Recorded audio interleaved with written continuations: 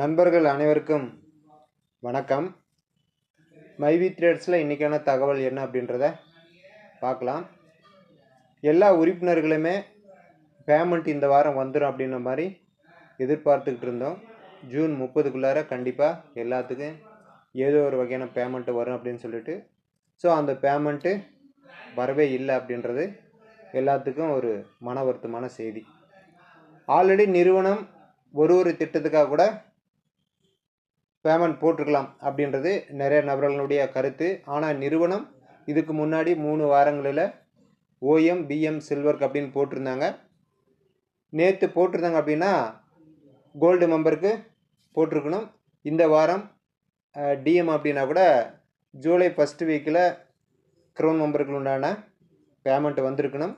But என்ன சூழ்நிலை காரணம் அப்படின்றது தெரியல. நேற்று பேமெண்ட் போடல. ஸோ பேமெண்ட் சார்ந்த அறிவிப்புகள் எதுவும் நமக்கு கிடைக்கல. நிறைய நபர்களுடைய கேள்வி என்னென்னா, பேமெண்ட் கூட வரல, ஓகே அதுக்கு என்ன ரீசன் அப்படின்றத எம்டி அவர்கள் வெல்கம் மீடியாவில் சொல்லியிருந்தா கூட பரவாயில்ல, எங்களுக்கு கொஞ்சம் தெம்பாகவும் ஆறுதலாகவும் இருந்திருக்கும்.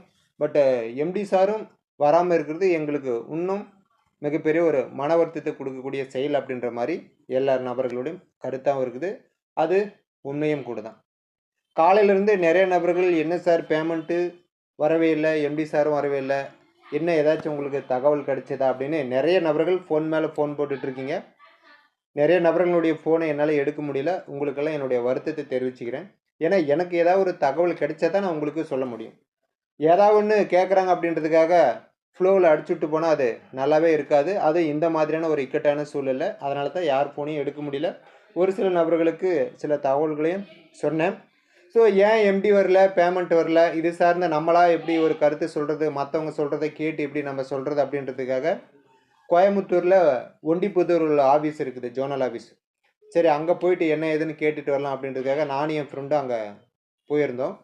ஸோ அங்கே ஒரு 10:30 மணிக்கு போயிருந்தோம். அங்கே ஆஃபீஸ் மூடிட்டு இருந்துச்சு.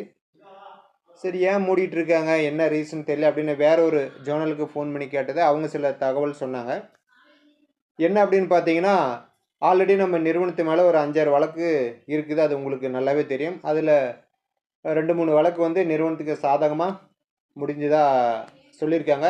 ஸோ அது சார்ந்து எம்டி அவர்கள் சென்னையில் இருப்பதாகவும், சென்னையிலேருந்து கூகுள் மீட்டில் எல்லா ஜோனல் டைரக்டர் கூடயும் ஒரு மீட்டிங் பேசிக்கிட்டு இருக்கிறதாக சொன்னாங்க.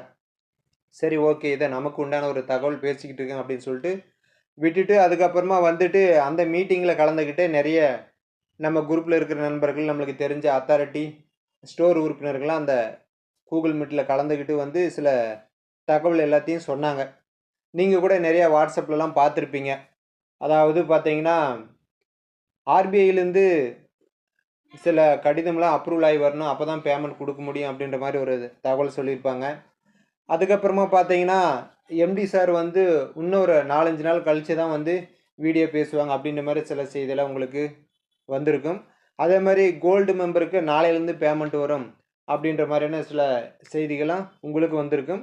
எனக்கு இந்த மாதிரி செய்திகளெல்லாம் வந்துச்சு. இதெல்லாம் நம்ம நம்ப முடியுமானா கண்டிப்பாக இப்போ இருக்கிற சூழலில் நம்ம நம்பவே முடியாது. ஏன்னா எம்டி அவர்கள் சொல்லாத வரைக்கும் நம்ம எதுவுமே இப்போ நம்பக்கூடிய சூழல் இல்லை. நிறையா மக்களும் அப்படி தான் இருக்காங்க.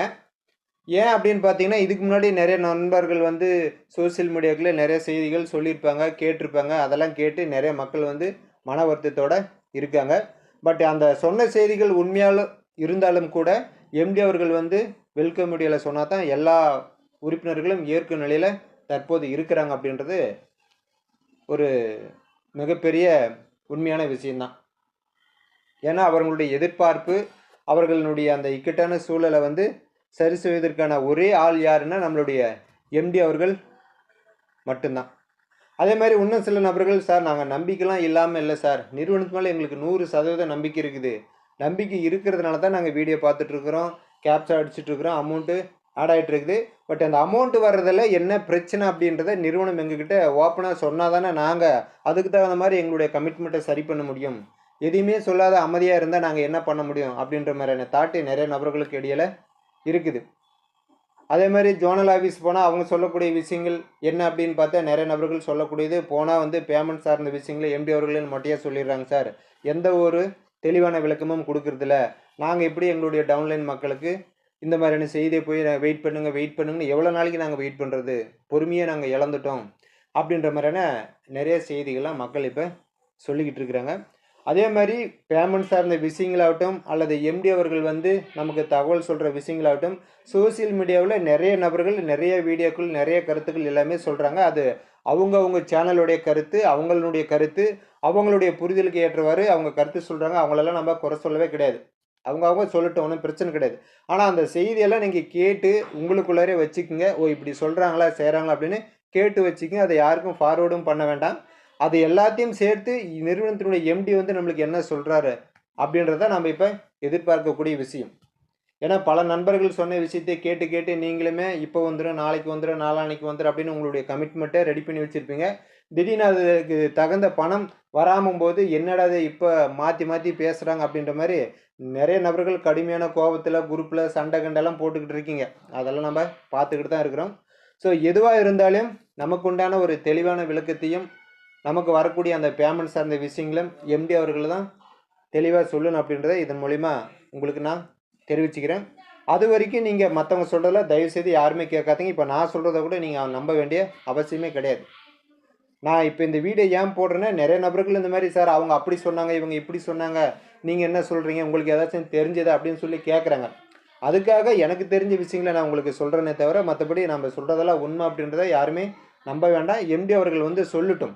அதுக்கப்புறமா நாம் அவர் என்ன விளக்கம் சொல்கிறாரு இந்த பேமெண்ட்டை டிலேக்கு, இல்லை எப்போ அடுத்த மாதத்தில் ஏதாச்சும் ஒரு தேதியில் வருமா, இல்லை உண்மையாக என்ன ரீசன் எதனால் நம்மளுடைய பேமெண்ட்டு ஸ்டாப் பண்ணி வச்சுருக்காங்க அப்படின்றத நம்ம அவர் சொன்னதுக்கப்புறம் தான் கேட்கணும். இதற்கு இடையில நிறைய நபர்கள் பார்த்தீங்கன்னா மைவித்ரர்ஸுக்கிற உறுப்பினர்களை நாமளே நம்ம நிறுவனத்தை பற்றி சில தகாத வார்த்தைகளால் சில கேலி கிண்டல் பண்ணுற மாதிரி பேசணும் அப்படின்னு சொன்னால் ஆப்போசிட்டில் இருக்கிற நம்மளுடைய மைவித்ரேட்ஸை பிடிக்காத நபர்கள் என்னவா பேசுவாங்க அப்படின்றதே நம்ம கொஞ்சம் சிந்திச்சு பார்க்கணும். நம்ம எல்லாம் மைவித்ரேட்ஸில் நம்பிக்கை கொண்டு ஜாயின் பண்ணிட்டோம், பேமெண்ட்டு வரலன்றது எல்லாத்துக்கும் வருத்தமான செய்தி தான். அது இல்லைன்னு எங்கேயும் யாரும் மறுக்க முடியாது. பட் இருந்தாலும் அந்த பேமெண்ட் வரதுல அவங்களுக்கு ஏதோ ஒரு உண்மையான சிக்கல் இருக்குது அப்படின்றத கண்டிப்பாக எல்லாராலையும் உணர முடியும். அதனால தான் இவ்வளோ டிலே பண்ணுறாங்க. ஏன்னா 30ஆம் தேதி ஆல்ரெடி நம்ம சொல்லிட்டோம், கொடுக்கலன்னா மக்கள் என்ன பேசுவாங்க அப்படின்றத கண்டிப்பாக நிறுவனத்தினுடைய எம்பிக்கு கட்டாயம் தெரியும். ஏன்னா அவர் நம்மளில் ஒருவராக தான் இருக்கிறாரு. நம்ம எல்லா உறுப்பினர்களுடைய மனநிலையும் என்ன அப்படின்றத கண்டிப்பாக அவர் அலசி ஆராய்ஞ்சு பார்த்துருப்பார். அப்படி அலசி ஆராய்ஞ்சு பார்க்காத எம்டி அவர்கள் கிடையவே கிடையாது.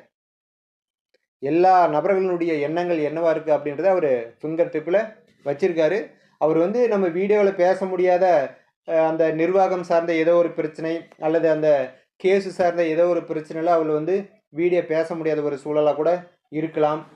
அல்லது இந்த பேமெண்ட் போடாமல் நம்ம போய் மக்கள்கிட்ட பேசணும் அப்படின்னா அவங்க எதிர்மறையான கருத்துக்கள்லாம் பேசுவாங்க. அதனால் ஒரு நாள் 2 நாள் டிலே ஆனாலே அந்த பேமெண்ட்டை போட்டுட்டு அவங்கக்கிட்ட போய் பேசினா சரியான வகையில் இருக்கும். பரவாயில்ல, லேட்டானாலே நம்மளுக்கு பேமெண்ட் வந்துடுச்சு அப்படின்னு நினைப்பாங்க.